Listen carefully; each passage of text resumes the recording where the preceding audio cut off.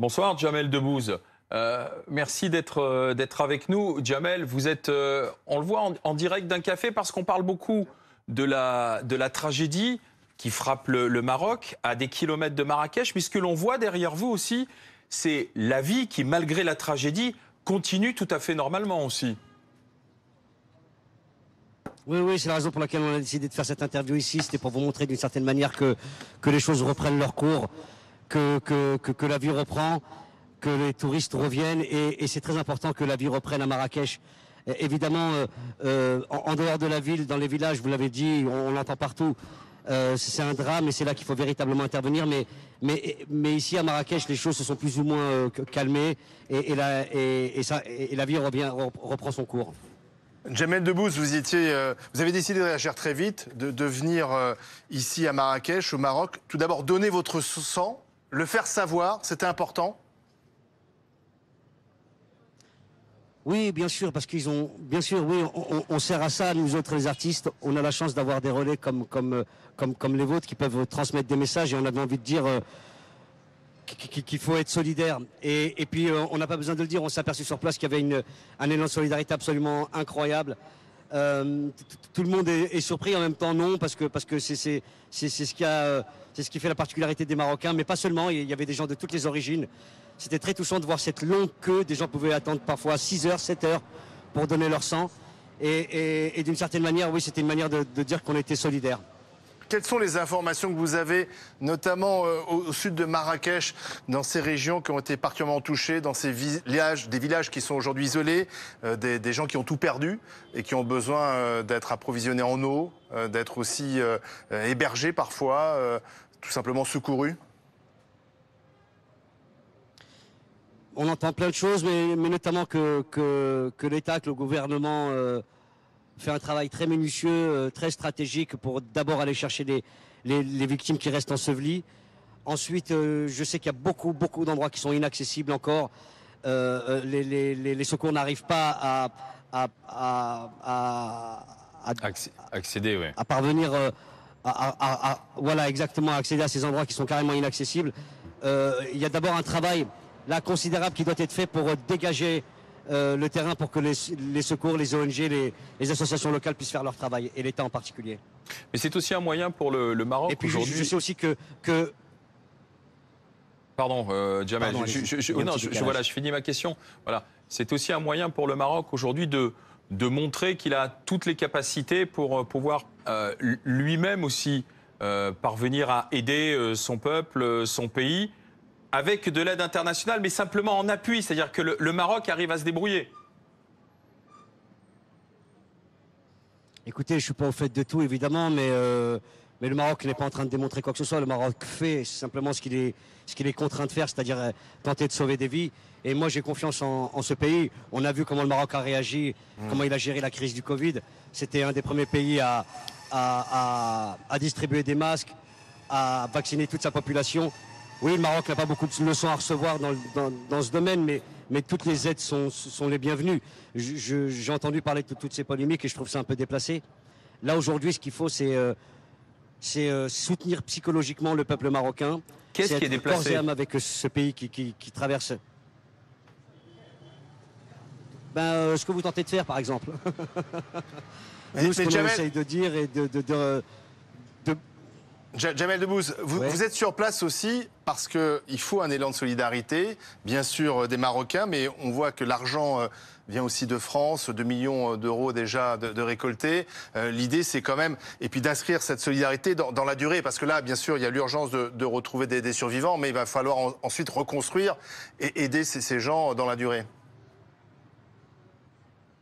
Oui, bien sûr, et il y a un numéro qui est en train de se mettre en place. Je sais qu'il y a un fonds qui est en train de se mettre en place par l'État, qui va être géré non seulement par l'État, mais par toutes les ONG et les associations locales qui œuvrent sur le terrain, et pas seulement aujourd'hui, depuis des années, qui connaissent parfaitement le territoire et qui savent comment procéder.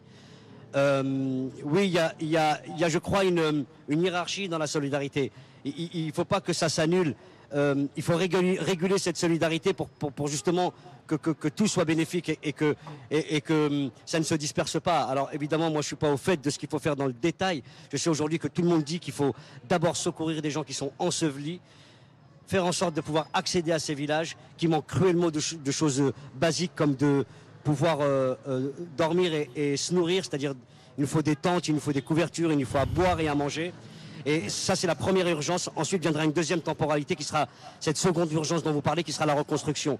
Et là, je suppose que des fonds vont être mis en place et qu'il y aura une organisation concrète et précise. Vous savez, tout le monde ici travaille du mieux qu'il peut, tout le monde donne son corps et son âme pour pouvoir être utile. Et je pense qu'aujourd'hui, il ne s'agit pas de critiquer, mais de soutenir et d'aider. Mais ce qui a particulièrement marqué nos reporters qui sont sur place depuis 3 jours, c'est justement cette solidarité qui s'organise entre Marocains.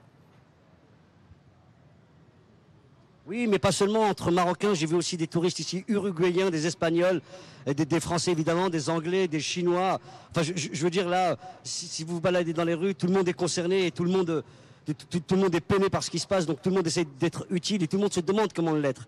On reçoit beaucoup, j'ai reçu beaucoup d'appels de mes amis, de ma famille et des gens que je connais pas qui me demandent comment faire parvenir des choses aussi basiques que des couvertures. Alors il y a des associations comme la Banque Alimentaire, comme l'Or Joyeuse, on l'a déjà dit, mais il y a toutes sortes de choses qui se déploient ici avec la société civile. Et en attendant que l'État donne des directives précises, parce qu'ils sont à pied d'œuvre là, dans les villages, à essayer de déblayer, de désensevelir. Je sais qu'il y a des hélicoptères qui balancent... Allez-y, Jamel. Vous m'entendez là? Oui, bien sûr. Pardon. Il y a des hélicoptères qui passent par-dessus, au-dessus des villages, qui distribuent toutes sortes de choses pour venir en aide. Enfin, voilà. Mais vous parliez des touristes. À votre question, mais, Jamel Debbouze, vous parliez des touristes.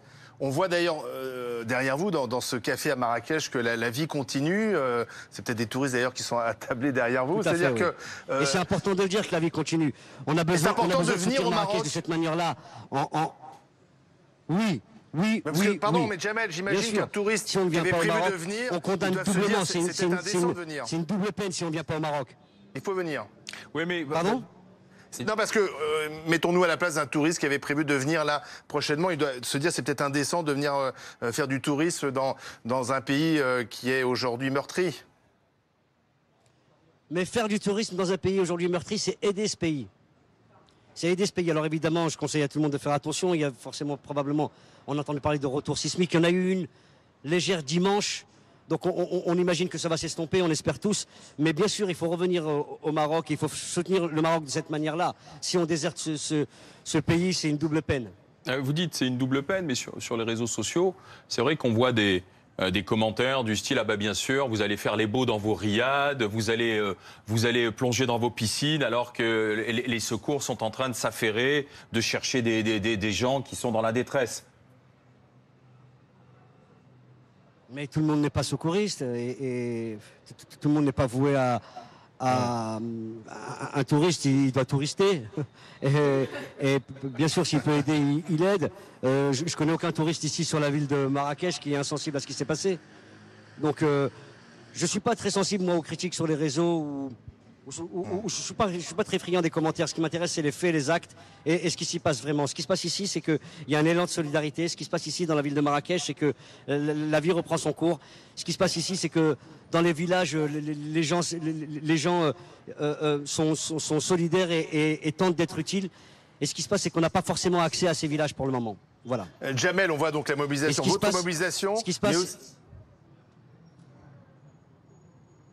On voit votre mobilisation, on voit la mobilisation des artistes, on voit la mobilisation de ces personnalités qui ont un lien fort avec le Maroc. Je pense à l'animateur Arthur, à vous. Est-ce que vous pensez faire quelque chose ensemble, peut-être un clip, organiser un concert, quelque chose qui permettrait notamment de récolter des dons? Je me tiens à la disposition de toutes les initiatives, moi, personnellement. Bien sûr, tout ce qui peut aider le Maroc, j'y participerai. Que ce soit un clip, un concert, un sourire. Soutenir psychologiquement le peuple marocain, c'est extrêmement important. Il va y avoir la reconstruction, mais il va y avoir aussi l'aspect psychologique. Il y a tellement de chantiers après ce séisme que tout est bon à prendre. Donc, si on me sollicite, je serai là, évidemment. Vous appelez aussi les grandes entreprises à venir, les artistes à se mobiliser. Toutes les bonnes volontés doivent être mobilisables. Oui, bien sûr. Et puis toutes les chaînes de télévision, comme vous le faites aujourd'hui. Nous, ce qui nous fait peur, c'est que ça s'arrête dans une semaine et que vous passiez à autre chose tous, ce qui serait complètement non naturel. Et on aura besoin de matraquer encore. Et il va falloir des années à ce que les choses puissent reprendre leur cours dans certains villages. Et il va falloir beaucoup de force, d'abnégation, d'amour, évidemment d'argent et de moyens. Merci Jamel Debbouze en direct de Marrakech. Merci à vous de votre disponibilité. Merci à Vincent Berthézane pour avoir assuré le duplex.